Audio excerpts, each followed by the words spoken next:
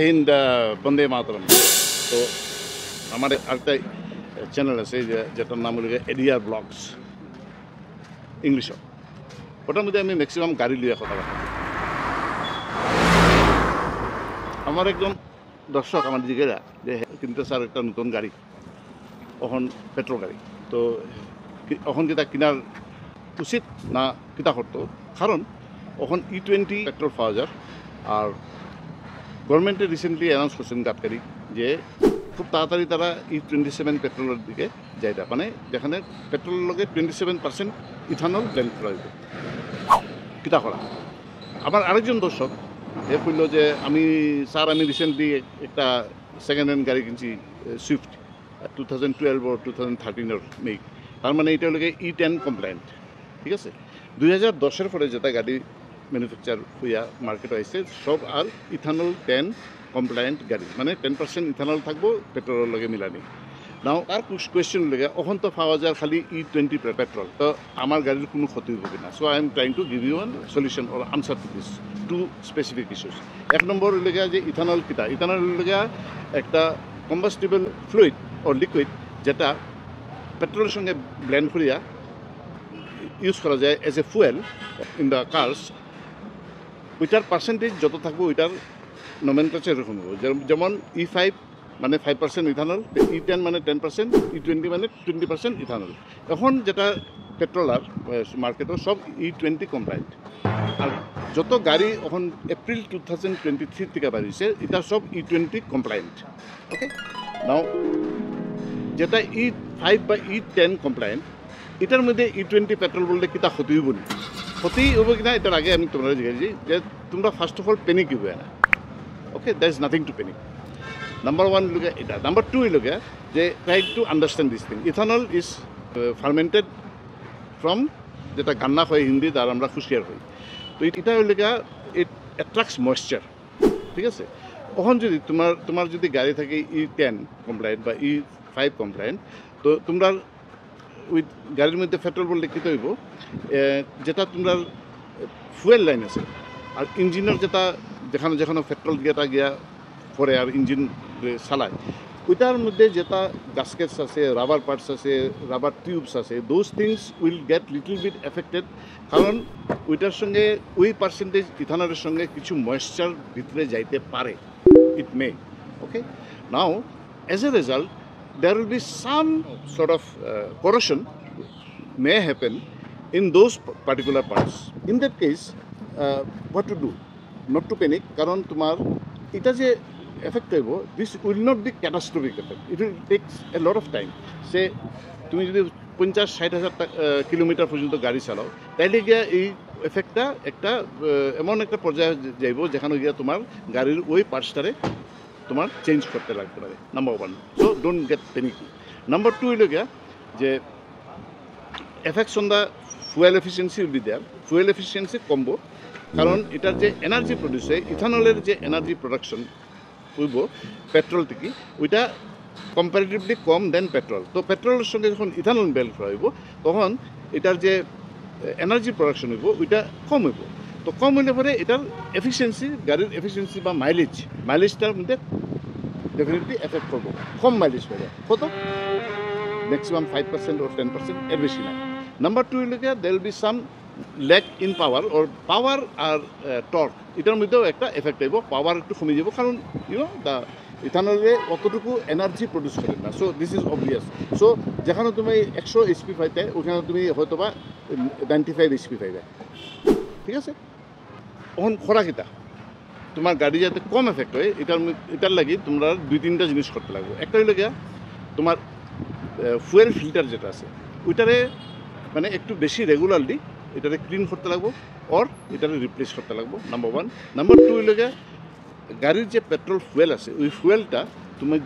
যতটুকু পারো ততটুকু পেট্রোল ফুয়েলটা ভরিয়ে রাখবে। কারণ তোমার যদি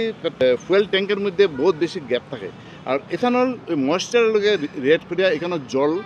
জমি যাব, জলটা যাব কই একদম পেট্রোল ট্যাঙ্কের নিচে যাব কি। অ্যান্ড যখন এটা ফুয়েল পাম্পটা যেটা ট্যাঙ্ক থেকে ফুয়েল পাম্প করিয়া এখানে ফুয়েল লাইনের মধ্যে নিয়ে যায় ওই ফুয়েল পাম্পটা প্রথমে নিচ থেকে পেট্রোলটা তুলে মানে ফুয়েলটা তুলে তো কিন্তু as a result that fuel mixed with water will go in two the fuel tank তো তোমরা যদি ফুয়েলটারে মোটামুটি একটু 80-70% মিনিমাম এর সময় আইতে দিও না এটা ফট করে রিফিল করে রাখি দিও দিস ইজ দ্য ইথিং সো এর মধ্যে খবর হয়েছে যেটা ওখানে কনফার্ম করেছে না Maruti Suzuki is coming out তারা একটা E20 কমপ্লায়েন্ট কিট নেওয়ার ফর ওইগুলা গাড়ির জন্য যেগুলা E10 ওর E5 কমপ্লায়েন্ট এটার লাগে লইয়ার তো this kit is suppose to it is not yet confirm but this is all there in the social media you can Google it and তুমি দেখবাই যে ওই কিটের দাম অ্যারাউন্ড 4,000 টাকা 6,000 টাকা হইব তো ওই কিট কিটা করবো যেখানে যেখানে তোমার যেমন ধরো স্পার্ক প্লাগ আছে তোমার ফুয়েল লাইন আছে তোমার রাবার আছে তোমার গাস্কেট আছে যেটা ফুয়েল লাইনও যায় ওইটা এটা যেটা এফেক্ট হওয়ার কথা ওই জায়গা ওই পার্টসগুলা E20 কম্প্যাটেবল পার্টস দিয়ে রিপ্লেস করে দিব and hopefully other manufacturers like Hyundai tata Mahindra তারাও এরকম একটা কিট লইয়া আওয়ার সম্ভাবনা আছে so number 1 don't get panicky number 2 গাড়ি এখন কিনতাই নি নো ডোন্ট বাই কার এখন কারণ গাডকারি সাহেব আমরা যে ট্রান্সপোর্ট মিনিস্টার তাই অ্যানাউন্স করছেন যে এখন E20 কমপ্লায়েন্স হয়ে গেছে সব পেট্রোল পাওয়া E20 ইথানল 20% ব্লেন্ড এখন আমরা একটা উদ্দেশ্য লাগে E27 পেট্রোলের দিকে আমরা অ্যাপ্রোচ করব regarding this he announced by end of August 2025 মানে এই মাসে বাই এন্ড একটা রোড ম্যাপ তারা পলিসি একটা ফ্রেম করবা অ্যান্ড করিয়া এটা পাবলিক করবা so till that policy is out আমার সাজেশন বলিয়া যে যত নতুন মডেল বাড়ুক না করে এই যেটা হয় দুর্গা পূজা বা দিওয়ালির সময় যেমন ধরো পাঞ্চ বাড়িব নতুন পাঞ্চ নতুন ভেনু বাড়িব মারুতিও নতুন স্কুটার নিয়া আর এটা ওখান পট করে কিনিও না তুমি দেখো রোড ম্যাপটা কেটা ওখান যদি তারা কয় যে না আমরা উইদিন 2 বছরের মধ্যে আমরা E27 লই আইব that it is better not to buy a car you just hold it কারণ তুমি যদি এখন E20 কমপ্লায়েন্ট কার কিনো আর 2 বছরের মধ্যে 2027 গিয়া E27 ফুয়েল অনলি অ্যাভেলেবল থাকে তাহলে তো তোমার গাড়ির মধ্যে একটু নতুন গাড়ি তোমার একটা চলতে আসছিল 10 বছর বা 15 বছর এটা চলবো ধরো 8 বছর বা 12 বছর তো why to take a chance তবে এর মধ্যে ক্লিয়ারিটি আইজিব গভর্নমেন্টও তো বুর্বক নাই government will definitely come to some solution regarding this manufacturer তারা কোনো একটা কিট নিয়ে আইব যেটা E27 বা E30 কমপ্লায়েন্ট হইব for the future cars so আর ম্যানুফ্যাকচারাররা এরকমও করতে পারে যে E20 কমপ্লায়েন্ট কার হইলেও তারা যেটা এখন বাইর করে নতুনটা তারা নিশ্চয়ই এটারে কনসিডার করবো E27 ইজ কামিং তো তারা এটারে E27 কমপ্লায়েন্ট পর্যন্ত কার বাইর করতে পারে I M A civil engineer তো তোমরা বোধহয় বলতে জানো যখন আমরা ঘর ডিজাইন করি তখন ফ্যাক্টর অফ সেফটি আমরা 3 নিয়ে চলি মানে আমরা যেটা যতটুকু আমার দরকার একটা স্ট্রাকচার ডিজাইন করতে অতটুকু ওই সাইজের বিম কলম হইতে লাগবো ওইটার মধ্যে রিনফোর্সমেন্ট অতটুকু হইতে লাগবো ওইটার মধ্যে কংক্রিট এই গ্রেডের হইতে লাগবো এটা যেটা বাইর করা মানে দরকার ওইটার 3 টাইমস বেশি আমরা ডিজাইনার প্রপোজ করি এটার একটা ফ্যাক্টর অফ সেফটি ওকে তো কার ম্যানুফ্যাকচাররাও যখন তারা ওই ফুয়েল ট্যাঙ্ক বা ফুয়েল লাইন্স যেগুলো আর those parts which are coming in contact to the fuel ওইটা যখন তারা ডিজাইন করবো তখন এটাও তারা একটা ফ্যাক্টর অফ সেফটি নিয়ে চলবো তো ইট মে বি পসিবল এটা ক্লিয়ার হয়ে যাব যে